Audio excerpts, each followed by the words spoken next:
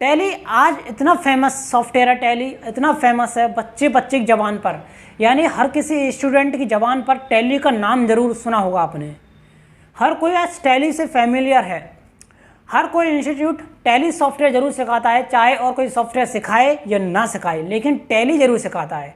आखिर टैली अपने इंडिया के अंदर इतना फेमस क्यों हुआ, क्या रीज़न है इसके पीछे फेमस के ऊपर? टैली की शुरुआत आखिर की किसने थी, कौन है जिसने टैली की शुरुआत की अपने इंडिया के अंदर, किस व्यक्ति ने टैली की शुरुआत की और क्यों की, क्या रीज़न था, और ये टैली वहाँ से यहाँ तक यानी हमारी अकाउंटिंग की लाइफ तक कैसे पहुँचा, कंप्लीटली बायोग्राफी यार आज हम जानेंगे इस वीडियो के अंदर टैली के ऊपर। तो शुरू करते हैं वीडियो को।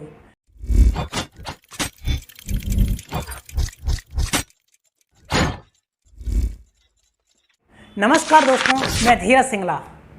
सबसे पहले जानते हैं कि ये टैली की शुरुआत आखिर हुई कैसे, टैली आखिर ये नाम, ये वर्ड निकला कैसे। आखिर एक बार की बात है, एक व्यक्ति थे जिनका नाम था श्याम सुंदर गोयंका। क्या? श्याम सुंदर गोयंका। तो श्याम सुंदर गोयंका जो थे, फर्स्ट ऑफ ऑल इनका जो जन्म था 15 अक्टूबर 1932 को बेंगलोर के अंदर हुआ था। श्याम सुंदर गोयंका जो थे वो एक मारवाड़ी फैमिली से बिलोंग करते थे। मारवाड़ी फैमिली जो कि मोस्टली व्यापारियों के नाम से जानी जाती है। तो इन्होंने जो श्याम सुंदर गोयंका ने अपनी जो कॉमर्स यानी कि ग्रेजुएट की थी कॉमर्स फील्ड से, एक वेस्ट बंगाल में ही यूनिवर्सिटी है, वहाँ से इन्होंने अपनी ग्रेजुएट कंप्लीट की। श्याम सुंदर गोयंका ने ग्रेजुएट करने के बाद एक बिज़नेस करने की सोची। तो ये बिज़नेस करने के लिए आउट ऑफ कलकत्ता चले गए, यानी कि कलकत्ता से बाहर चले गए बिज़नेस करने के लिए। तो फिर उन्होंने एक बिज़नेस किया अपनी एक रॉ मटेरियल प्रोवाइड कराने का, यानी कि इन्होंने एक ऐसा काम स्टार्ट कर दिया, ये रॉ मटेरियल प्रोवाइड कराएंगे टेक्सटाइल इंडस्ट्री को, यानी कि कपड़े की इंडस्ट्री जो कि मैन्युफैक्चरिंग करती है। तो इनका जो बिज़नेस था एक रॉ मटेरियल प्रोवाइड कराना था कपड़े की इंडस्ट्रीज़ को, और मशीन के पार्ट प्रोवाइड भी कराना था।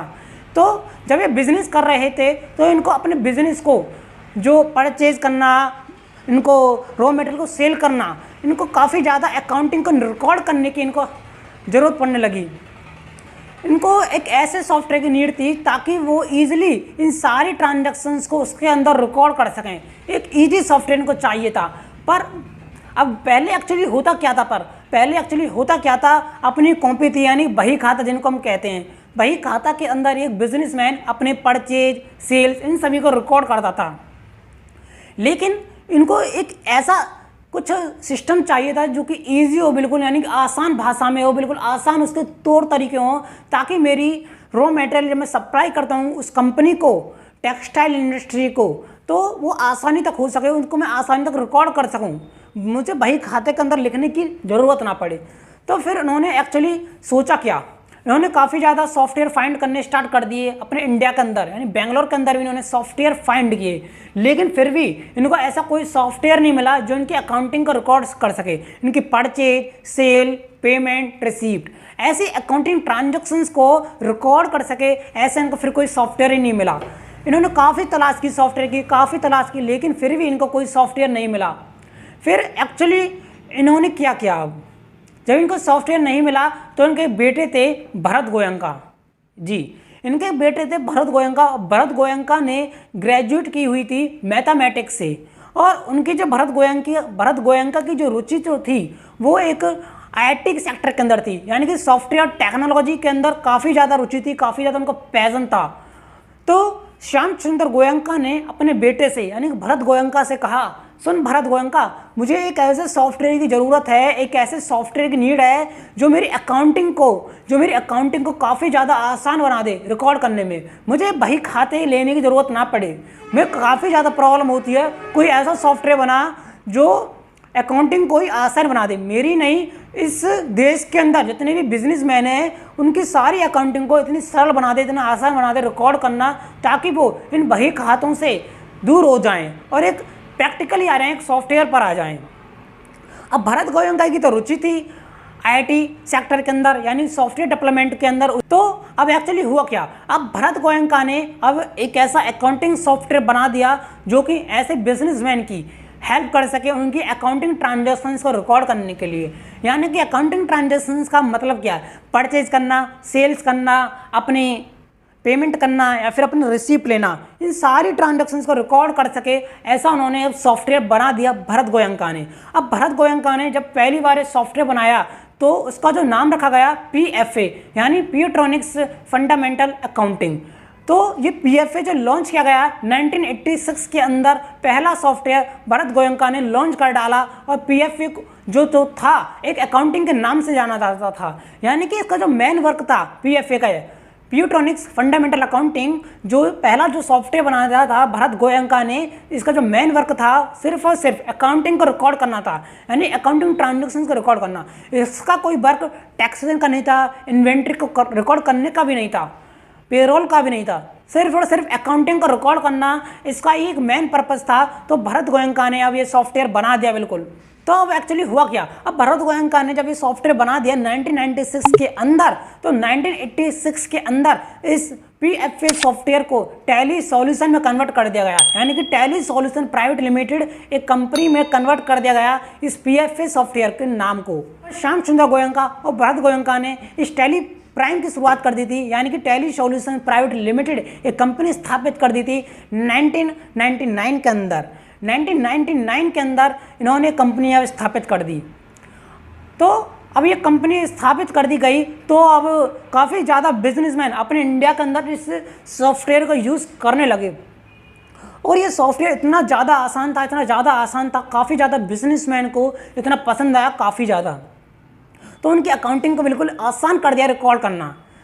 फिर उसके बाद श्याम सुंदर गोयनका की डेथ हो गई थी 21 अक्टूबर 2002 को। श्याम सुंदर गोयनका यानी कि भरत गोयनका के फादर की डेथ हो चुकी थी 21 अक्टूबर 2002 को हार्ट अटैक से। फिर उसके बाद भरत गोयनका ने इस टैली सॉल्यूशंस प्राइवेट लिमिटेड को अकेले ही हैंडल करना स्टार्ट कर दिया था। यानी कि फिलहाल टैली सॉल्यूशन प्राइवेट लिमिटेड यानी कि टैली कंपनी को जो है सिर्फ और सिर्फ उनके बेटे श्याम सुंदर गोयनका के बेटे भरत गोयनका हैंडल करते हैं। टैली आज इतना विश्व प्रसिद्ध है, सिर्फ इंडिया के अंदर ही नहीं, इंडिया के बाहर यानी कि आउट ऑफ द इंडिया भी इतना ज़्यादा यूज़ किया जाने वाला सॉफ्टवेयर है, काफ़ी ज़्यादा यूज़ किया जाने वाला सॉफ्टवेयर है। अपने इंडिया के अंदर मिनिमम 1.8 मिलियन इस टैली के यूज़र हैं जिन्होंने टैली सॉफ्टवेयर को परचेज किया हुआ है। 1.8 मिलियन, काफ़ी ज़्यादा संख्या में इस टैली के यूज़र अपने इंडिया के अंदर हैं। टैली को इंडिया में नहीं, लंदन में भी काफ़ी ज़्यादा चर्चित है टैली सॉफ्टवेयर। इनका लंदन में भी एक ऑफिस है। तो सबसे पहले इन्होंने मुंबई, दिल्ली, बेंगलोर ऐसी सिटीज़ को इन्होंने कवर किया था टैली से। और आज ये टैली सॉल्यूशंस प्राइवेट लिमिटेड 1999 से लेकर आज यानी कि 2021 में इतना विश्व प्रसिद्ध बन चुका, काफ़ी ज़्यादा। और टैली ने जब से 1999 से लेकर काफ़ी ज़्यादा अपने एडिशन इस टैली के अंदर लेकर आए, काफ़ी ज़्यादा अमेंडमेंट इस टैली के अंदर लेकर आए और इतना ईजी बना दे गए इस टैली को काफ़ी ज़्यादा। जहाँ टैली का जो मेन काम था अकाउंटिंग को रिकॉर्ड करना था, लेकिन आज की लाइफ में आप टैली को देख सकते हो, आप अकाउंटिंग ही नहीं इन्वेंट्री भी रिकॉर्ड कर सकते हो, टैक्सेशन को भी आप रिकॉर्ड कर सकते हो, GST है, TDS है, TCS है, और तो और आप पेरोल, बैंकिंग को भी इतना आसान बना दिया है। आप अपनी कंपनी के अंदर जितने भी एम्प्लॉई हैं उनकी सैलरी देना, उनकी सारी सैलरी से रिलेटेड कैलकुलेशन करना, सैलरी चार्ट तैयार करना, यहाँ तक कि आप टैली में कर सकते हो। यानी कि आप टैली को देखो, अकाउंटिंग से लेकर इतने फील्ड में आ चुका है, इतने चेंजिंग, इतने बदलाव किए गए इस टैली के अंदर, इतना आसान बना दिया है आज लोगों की अकाउंटिंग को, कंपनी को इतना आसान बना दिया, कंपनी के ट्रांजैक्शन को रिकॉर्ड करने में आज टैली काफ़ी ज़्यादा अपनी अहमियत रखता है। इस टैली सॉल्यूशन ने काफ़ी ज़्यादा अपने वर्जन यानी कि काफ़ी ज़्यादा अपने सॉफ्टवेयर प्रोवाइड किए हुए हैं। अब तो फिलहाल लेटेस्ट वर्जन जो है टैली प्राइम है, लेकिन टैली प्राइम से पहले जो था टैली ERP 9 था। टैली ERP 9 से पहले टैली ERP 7 था। इसके और भी ज़्यादा सॉफ्टवेयर हैं, टैली सर्वर 9 है, काफ़ी ज़्यादा टैली के इतने सॉफ्टवेयर हैं जो मोस्टली कंपनियां इसको यूज़ करती हैं। लेकिन टैली जो है सिर्फ और सिर्फ स्मॉल कंपनियां और एक मिडल कंपनियों के थ्रू ही यूज़ किया जाता है, यानी कि लार्ज कंपनियां टैली को यूज़ नहीं करती हैं, सिर्फ और सिर्फ स्मॉल और मिडिल क्लास कंपनियां जो होती हैं टैली को यूज़ करती हैं। लेकिन जो बड़ी कंपनियां होती हैं वो टैली को क्यों नहीं यूज़ करती? क्योंकि बड़ी कंपनी में डाटा होता है काफ़ी ज़्यादा हाई अमाउंट में होता है, यानी कि हाई रेंज के अंदर डाटा होता है, तो उनको रिकॉर्ड करने के लिए एक अच्छे और एक बड़े सॉफ्टवेयर की नीड होती है। लेकिन टैली उनकी तरह एक बड़ा सॉफ्टवेयर नहीं है, इसलिए टैली जो है स्मॉल और मिडल कंपनियों के थ्रू ही अपने इंडिया के अंदर और अदर कंट्रीज़ में भी यूज़ किया जाता है। और आज हम टैली सॉल्यूशंस को इस फील्ड के अंदर देखते हैं, इसलिए यार टैली सॉल्यूशन बच्चे जवान पर फेमस है, क्योंकि टैली जो सॉफ्टवेयर है इंडिया का फर्स्ट सॉफ्टवेयर था, यानी कि इंडिया का फर्स्ट अकाउंटिंग सॉफ्टवेयर जो था वो टैली ही था। जब फर्स्ट जो सॉफ्टवेयर जो था टैली था, तो इसने टैली ने अपनी ऐसी जगह बनाई, ऐसा प्रमोट किया अपने सॉफ्टवेयर को, अपनी कंपनी को, ये हर एक इंस्टीट्यूट पर आज टैली सिखाया जाता है। आपने देखा होगा अपने इलाकों के अंदर, अपने घर के पास जितने भी इंस्टीट्यूट हैं या अपनी मार्केट में, अपनी सिटी के अंदर जितने भी इंस्टीट्यूट हैं, कोई ना कोई इंस्टीट्यूट टैली जरूर सिखाता है। यानी कि बिजी सॉफ्टवेयर, मार्क सॉफ्टवेयर, ऐसे भी सॉफ्टवेयर हैं, लेकिन उनके जो इंस्टीट्यूट हैं काफ़ी कम मिलेंगे आपको, लेकिन टैली हर किसी इंस्टीट्यूट पर मिलेगा, हर किसी कंपनी के अंदर मोस्टली टैली आपको दिखने लग जाएगा। लेकिन ज़्यादातर ऐसा नहीं है कि टैली ही हो सकता है और कोई सॉफ्टवेयर भी कंपनियां यूज़ कर रही हो, लेकिन मोस्टली आपको टैली ही देखने को मिलता है। सीए फर्म के अंदर भी आपको टैली 100% श्योर देखने को ही मिलेगा टैली। तो आज टैली ने इतना ज़्यादा फेमस हुआ, इस टैली सॉल्यूशन से लेके श्याम सुंदर गोयंका, भरत गोयंका जो पिता और बेटे थे, इन दोनों ने मिलकर आज हमारी लाइफ में अकाउंटिंग को इतना आसान बना दिया, काफ़ी ज़्यादा आसान। और यहाँ से लेकर टैली सॉल्यूशंस प्राइवेट लिमिटेड ने टैली ईआरपी की शुरुआत से लेकर आज tally prime 2.0 latest version launch कर दिया है। और टैली प्राइम भी काफ़ी ज़्यादा न्यू लुक में आज फेमस है। आज के टाइम में आप अकाउंटिंग लो, इन्वेंट्री लो, बैंकिंग लो, पेरोल लो, कुछ भी लो, यहाँ तक कि आप टैली प्राइम में इतना काफ़ी कुछ ज़्यादा रिकॉर्ड कर सकते हो। और टैली प्राइम का जो फीचर है, लुक है, इतना ज़्यादा फेमिलियर है, इतना ज़्यादा मतलब मज़ेदार है, ब्लू कलर का, काफ़ी ज़्यादा। तो ऐसे इस टैली की शुरुआत हुई थी।